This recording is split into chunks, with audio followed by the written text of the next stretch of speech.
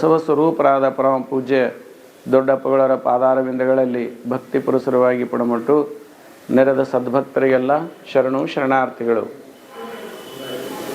ಮಹಾತಪಸ್ವಿ ಪರಮದಾಸೋಹಿ ಚಿತ್ರಿಗಿ ವಿಜಯ ಮಹಾಂತ ಶಿವೇಗಳವರ ವಚನ ರಥೋತ್ಸವ 18ನೇ ತಾರೀಕು ಸಾಯಂಕಾಲ 5 ಗಂಟೆಗೆ ಎಲ್ಲ ಸದ್ಭಕ್ತರ ಸಮ್ಮುಖದಲ್ಲಿ ಹಾಗೂ ನಾಡಿನ ಎಲ್ಲ ಪೂಜ್ಯರ ಸಮ್ಮುಖದಲ್ಲಿ ಅದು ನಡೀತಾ ಇದೆ.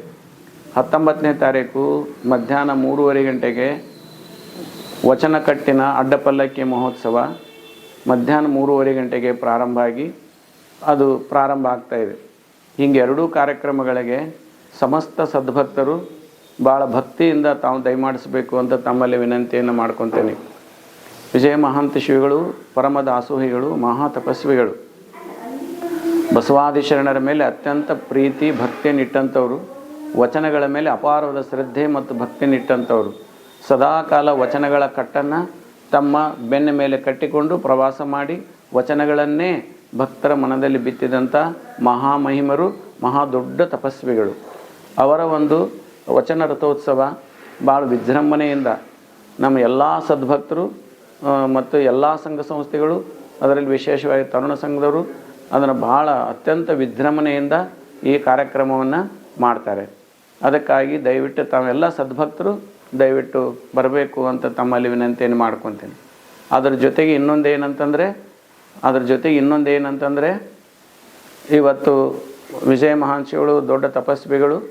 ಅದಕ್ಕಾಗಿ ಈ ಸಂದರ್ಭದಲ್ಲಿ ಜಾತ್ರೆಗೆ ಭಾಗವಹಿಸಿದಂಥ ಅಂದರೆ ಯಾರೂ ಕೂಡ ಸರಾಯಿ ಕುಡಿಬಾರ್ದು, ಗುಟ್ಕಾ ತಿನ್ನಬಾರ್ದು. ಇದರ ಜಾತ್ರೆಯನ್ನು ಭಕ್ತಿಯಿಂದ ಮಾಡೋದು ಜಾತ್ರೆ. ಇದು ಭಕ್ತಿ ಜಾತ್ರೆ, ಇದು ಭಕ್ತಿ ಜಾತ್ರೆ. ಆದರೆ ಕುಡಿದು ಜಾತ್ರೆ ಮಾಡುವಂಥದ್ದಲ್ಲ. ಅದಕ್ಕಾಗಿ ಯಾವುದೇ ವ್ಯಕ್ತಿಗಳಾಗಲಿ ದಯವಿಟ್ಟು ಕುಡಿಬೇಡ್ರಿ, ಸಿಂಧಿ ಸರಾಯಿ ಕುಡಿಬೇಡ್ರಿ, ಗುಟ್ಕಾ ತಿನ್ನಬೇಡ್ರಿ, ಸಿಗರೇಟ್ ಸೇದಬೇಡ್ರಿ.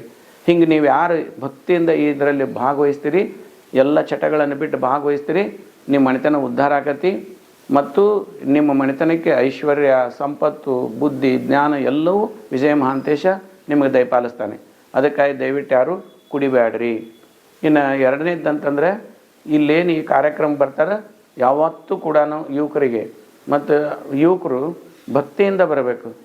ಆ ನುಗ್ಲಾಕತಿ, ಆ ನುಗ್ದಾಗ ಒಬ್ಬರು ದುಗಿಸಿದ್ರಂದ್ರೆ ಅದ್ರ ಮುಂದೆ 100 ಮಂದಿ ಹೋಗ್ತಾರೆ, ಅಲ್ಲಿ ಹೋಗಿ ದಬ ಬೀಳ್ತಾರೆ. ಅದಕ್ಕಾಗಿ ಎಲ್ಲ ತಾಯಂದಿರು ಬಂದಿರ್ತಾರೆ, ಹೆಣ್ಮಕ್ಳು ಅಷ್ಟು ತಾಯಂದಿರು ಬಂದಿರ್ತಾರೆ.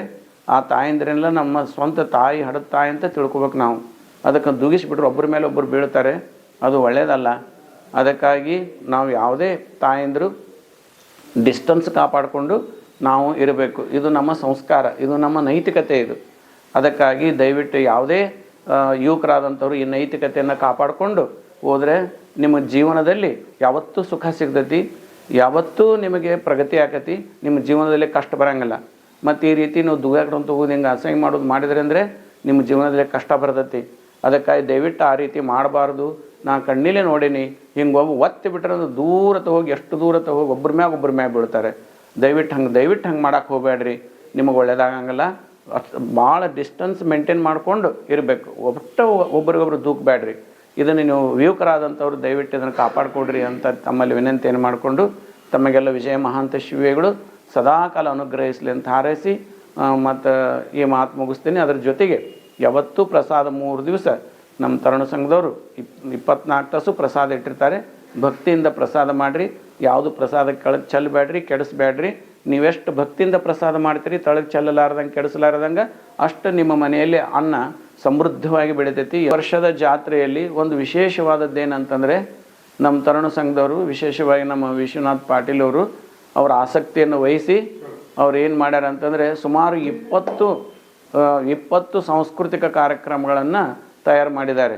ಅಂದರೆ ಮಹಾಂತ ವೇದಿಕೆ, ಬಸವ ವೇದಿಕೆ, ಕಂಠಿ ಸರ್ಕಲ್ ವೇದಿಕೆ, ಸುಮಾರು ಊರಿನಲ್ಲಿ 4-5 ವೇದಿಕೆಗಳನ್ನು ಮಾಡಿ ಏಕಕಾಲಕ್ಕೆ ದಸರಾ ಹಬ್ಬದಂತೆ ಇಲ್ಲಿನೂ ಕೂಡ ಸಾಂಸ್ಕೃತಿಕ ಕಾರ್ಯಕ್ರಮ ನಡೀಲಿ. ಈ ಸಾಂಸ್ಕೃತಿಕ ಕಾರ್ಯಕ್ರಮ ಜನ ಎಲ್ಲ ಅದನ್ನು ನೋಡ್ಲಿಕ್ಕೆ ಬರಲಿ. ಇಡೀ ಊರು ತುಂಬ ಲೈಟ್ ಹಾಕಿದ್ದಾರೆ.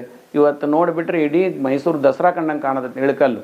ಅದಕ್ಕಾಗಿ ಎಲ್ಲರೂ ಈ ಒಂದು ಅಂದ ಚಂದವನ್ನು ನೋಡಲಿಕ್ಕೆ ಮತ್ತು ಎಲ್ಲ ಸಾಂಸ್ಕೃತಿಕ ಕಾರ್ಯಕ್ರಮಗಳಲ್ಲಿ ನೀವು ಭಾಗವಹಿಸಿರಿ.